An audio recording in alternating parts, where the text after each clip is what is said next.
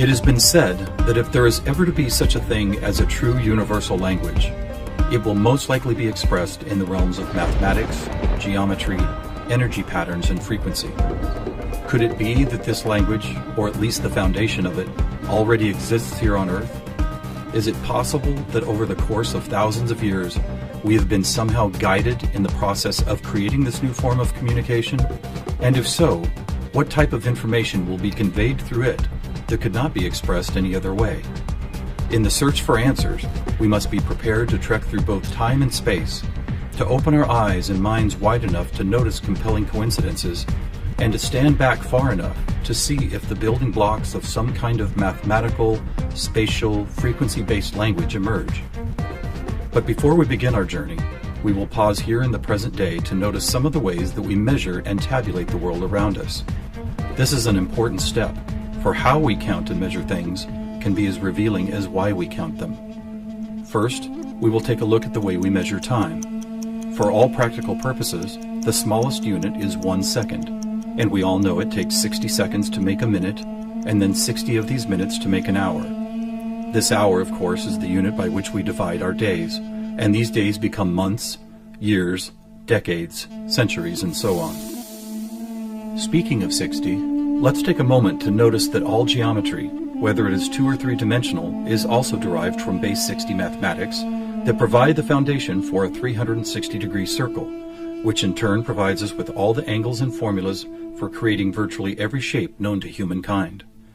Now let's look at how many cultures from all over the world have chosen to count and group things. Right away, we see that we have been attracted to the number 12. 12 eggs in a dozen, 12 months in a year, 12 inches in a foot, 12 signs of the zodiac. Strangely, whether it's tallying disciples or mythical gods, the number 12 appears often in the telling of our greatest stories about ourselves. And what about distance? Your local town might be measured in meters or other units, but when we talk about measuring our planet, the standards we all use revert back to base 60 units of miles, minutes, or geometrical degrees. Are you noticing the pattern here? We seem to be encountering a lot of 12s and 60s. Are they related? And if so, how? To answer that piece of the puzzle, we must travel roughly 5,000 years back in time to visit the ancient Sumerian culture of Mesopotamia, for here is where our 1260-based math comes from.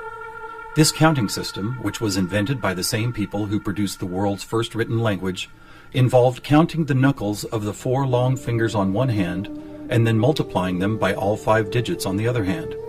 If you do this, you will get a maximum number of 12 knuckles times 5 fingers, which of course totals 60.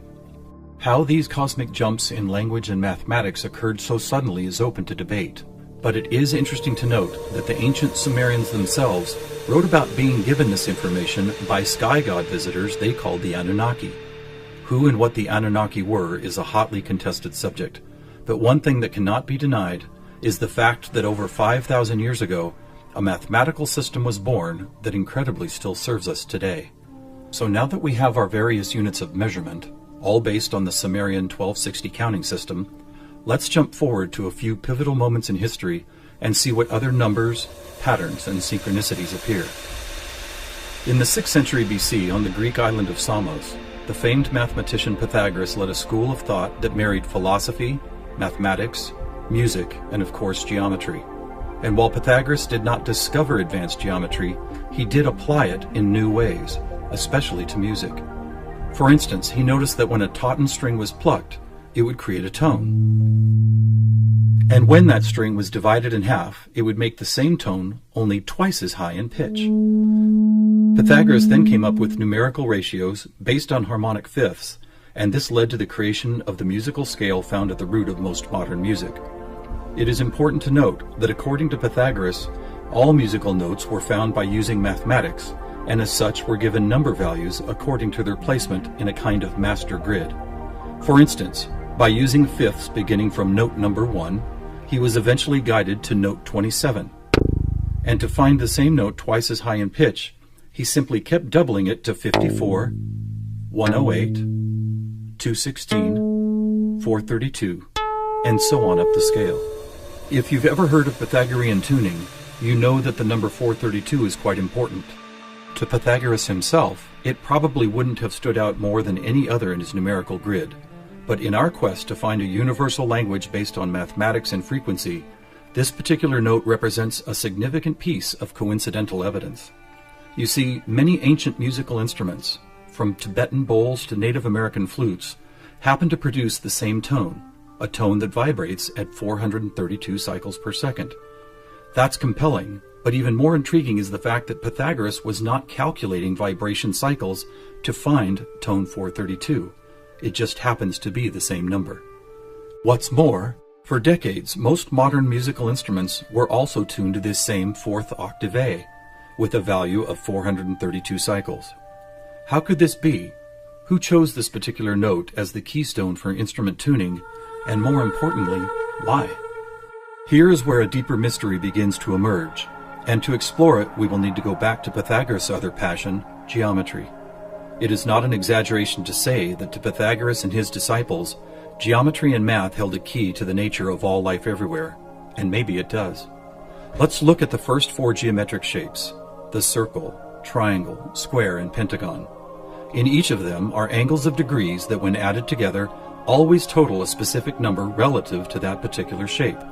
For instance, if we take a triangle, the sum total of all three interior angles is always 180. For both the square and circle, it is 360.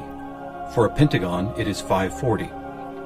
Now at this moment, let's step back and look at these numbers in a different way, as there seems to be something about them that reaches beyond a simple sum of angles. Did you notice that they happen to be in the same numerical neighborhood as tone 432? What's more, they all add up to 9, just like 432. As an experiment, let's take a look at the numbers found in basic geometric shapes, then apply those numbers as vibration cycles to hear the tones they produce.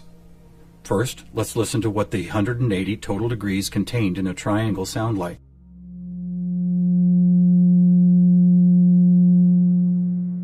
And here's a squares and circles 360 in cycles per second. A perfect octave up from the triangle. What about the pentagon at 540? That sounds like a harmonic fifth of the other two. That's interesting. What are these tones? They are F sharp and its perfect harmonic fifth of C sharp. Let's keep going. What does a hexagon 720 sound like? Another F sharp. Here's a seven-sided septagon, which totals 900.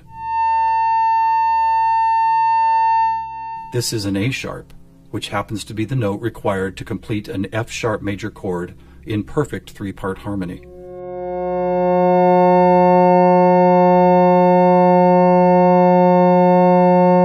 And finally the octagon, where we get 1080, another C sharp. Suddenly, geometry is expressed by tones, and these tones just happen to create the most beautiful form of music, a perfect three-part major chord in the key of F sharp.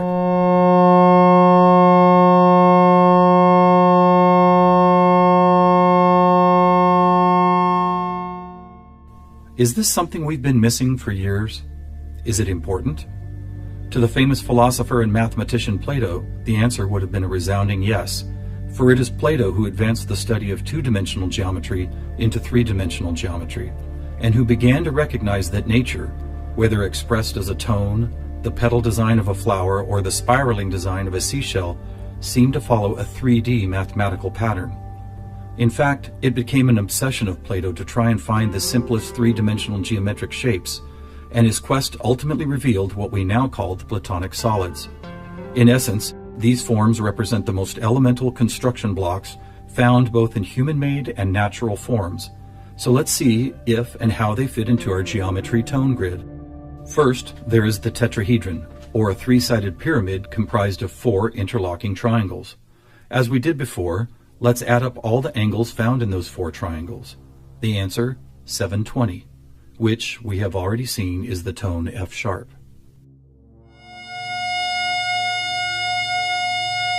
Next we have the cube, whose six 360-degree squares totals 2160. What does it sound like?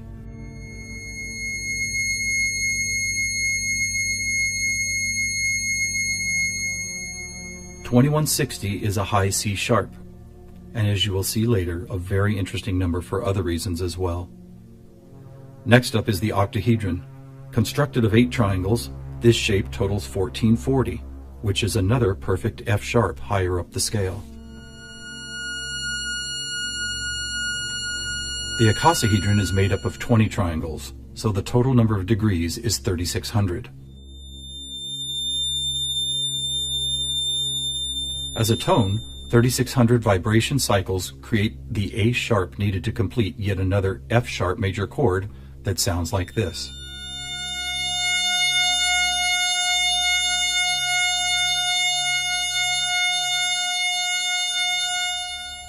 At this point, we have seen how 2- and 3-dimensional geometry can be expressed by the notes found in an F sharp major chord.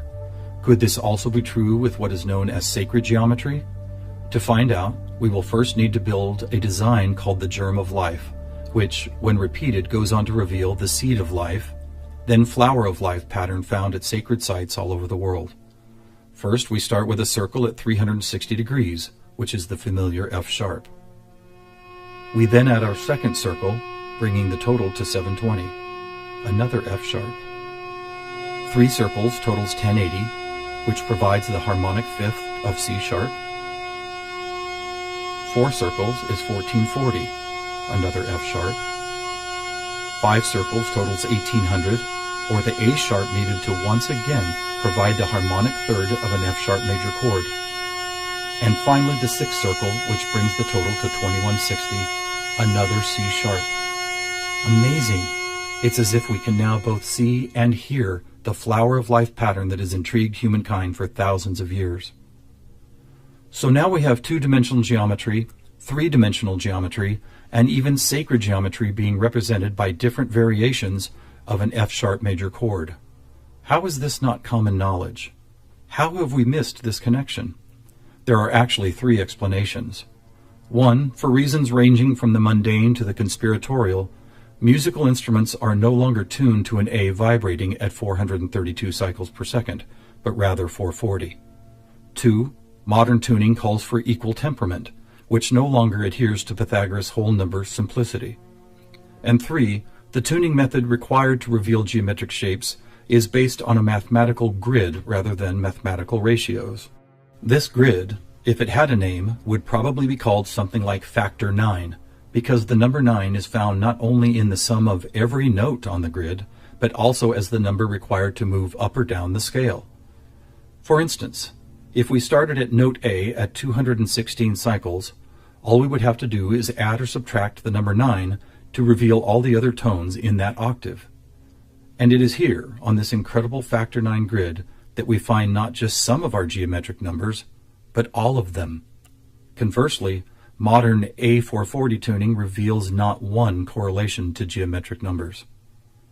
Now let's go back for a moment and take a look at one of these numbers, 2160, the number expressed by both the cube and the germ of life pattern. You may have already noticed that without the 0, it is exactly half of our magic 432. That's worth noting, but what is even more intriguing is the way this number keeps showing up in other large-scale measurements. To discover one of these measurements, we will need to jump forward from Plato's time to when the Mayan civilization was flourishing. Roughly 1500 years ago, Mayan stargazers were the most accomplished astronomers the world had ever known. Their concept of cyclical time led to many incredible discoveries: the accurate length of a year, the exact dates of seasonal changes, even the moments when solar and lunar eclipses would occur. But their most amazing discovery was of something known as the precession of the equinox, which makes note of a very slow wobble of Earth's axis. Somehow aware of the fact that this wobble takes 25,920 years to complete, the Mayans called this cycle one great year, with each of its 12 great months requiring 2160 Earth years to complete. And what about this? Did you know that the diameter of our moon, when measured in miles, also happens to total, you guessed it, 2160? Lastly, watch what happens when we apply simple division to this highly synchronous number. 2160 divided by 2 is 1080, the angle sum of the octagon. By 3, 720, the total of the hexagon. By 4, 540, the pentagon. And by 5, Are you ready? It's the ketone of 432. And by 6, 360, the number of both the square and circle. All F sharps and C sharps, with our 432A thrown into the mix, as if it were some kind of clue to solving a cosmic riddle. Maybe we should look at this number even more closely. As we've stated, our closest celestial neighbor, the Moon, is 2160 miles across, and 216 is exactly half of 432. What about the other large object in our sky? Were you aware that our Sun is 864,000 miles across? Incredibly, where the Moon's base number sequence is half of 432, the Sun's number sequence is exactly twice 432. And do you know how many seconds there are in a day? 86,400, or 43,200 for the 12 hours of day, and 43,200 for the 12 hours of night. Or try this. Take the 360 degrees found in the circular shape of our Sun and Moon, and then multiply it by the 12 hours of either day or night. The answer, 4320. Or how about this? What is the only whole number that when squared comes to within 0.01% accuracy to measuring the speed of light? 432. What is going on here? We have all these different things: Earth cycles, time and celestial measurements, geometry, sonic frequency, yet they are all represented by the same numbers over and over again. To answer that, we must search for the factor common to all of them, and that common factor is the 5,000-year-old Sumerian 1260 counting system. It is what gave us the inches to a foot, the seconds to a minute, and the 360 degrees in geometry. It's almost as if the sky god visitors, who the Sumerians called the Anunnaki, provided humanity with a counting system that would lead to the discovery of these synchronicities. Could it be that the number 432 really is some kind of cosmic key that unlocks a language of higher understanding? And if so, have these sky visitors ever been back to make sure we don't miss the importance of the 432 matrix? One possible answer can be found in the story of a man named George Van Tassel, a respected aeronautical engineer who believed he was contacted by extraterrestrial beings in the early 1950s. During this encounter, Van Tassel said he was provided with a mathematical formula that could be used for everything from time travel to sound frequency healing, and which he used to build the world-famous Integratron near Joshua Tree, California. What is this formula? It is F equals 1 over T, or frequency equals one particular something divided by the number of time. Well, what if that one something was the biggest one on our planet, the one great year of 25,920 discovered by the Mayans? And what if the number for time was the most logical choice of 60? Suddenly, this mysterious equation is expressed as frequency equals 25,920 divided by 60. Are you ready for the answer? It's 432. Not only the frequency that instruments all of the world have been tuned to for thousands of years, but also the number that reveals the synchronistic nature of life on this planet. Noticing all these coincidences revealed by the 432 matrix and the Sumerian counting system, we must wonder if other ancient cultures were aware of them as well. Just scratching the surface, it would seem that they were. For example, let's take the Sumerian 12 and square it for a total of 144. Right off, we see that it is indeed a number and tone contained within our factor 9 grid. Expanding outward, we find 1440, then 144,000, which is a number that appears all over the world in the most compelling of ways. Take, for instance, the Great Pyramid of Giza. It happens to have been covered with 144,000 smooth white casing stones. To ancient Mayans, 144,000 days was the length of their 394-year Baktun, a time cycle which has just begun again. In the Bible, we read that there will be 144,000 chosen ones redeemed from the earth prior to the apocalypse. Obviously, number sequences like these have been significant to many different cultures and religious sects, and to one enigmatic group in particular, the Freemasons. Were the earliest Masons, the supposed keepers of sacred information, also aware of the factor 9 grid, the 432 key, and the number 144,000? Their infatuation with the numbers 3 and 13 might be telling. For instance, if you divide 144,000 by 432, the answer is 333.3 into infinity. Or take a look at the back of a dollar bill. That famous unfinished pyramid could be revealing some interesting clues. For instance, there are 13 steps climbing the pyramid, and 13 times 33.3 is 432.9. Even the shape of the flat-topped pyramid appears to be made as if someone had drawn 4 dots in a line, then 3 above it, then 2 above that, and then connected those dots to reveal this iconic shape. And of course, let's not forget that the square root of our all-important factor 9 grid is 3 threes. Who else knew about 432? The answer is surprising. In India, large cycles of time are called Kali Yugas, and each one is 432,000 years long. In fact, the number 432 appears so often in sacred structures and myths, from Stonehenge to the pyramids, that author Joseph Campbell could not help but see it as the most important mythological number in history. So what do we have here? What is it that's trying to be expressed by all of these coincidences? One answer is that over the course of history, we have been somehow guided toward both the subconscious creation and eventual conscious recognition of a grand pattern based on frequency, mathematics, time, space, and geometry. Quite possibly, these synchronistic numbers, shapes, and tones represent the building blocks of a language that we do not yet fully understand, but could turn out to be the most important language we will ever learn. How will we use it? Who will we be conversing with? Time will tell. Thousands of years ago, from locations all over the globe, various prophets, shamans, and seers described an era when humanity would make some kind of cosmic leap into a next level of consciousness. Here, at the dawning of the age of Aquarius and the start of a new Mayan Baktun cycle, maybe it's happening.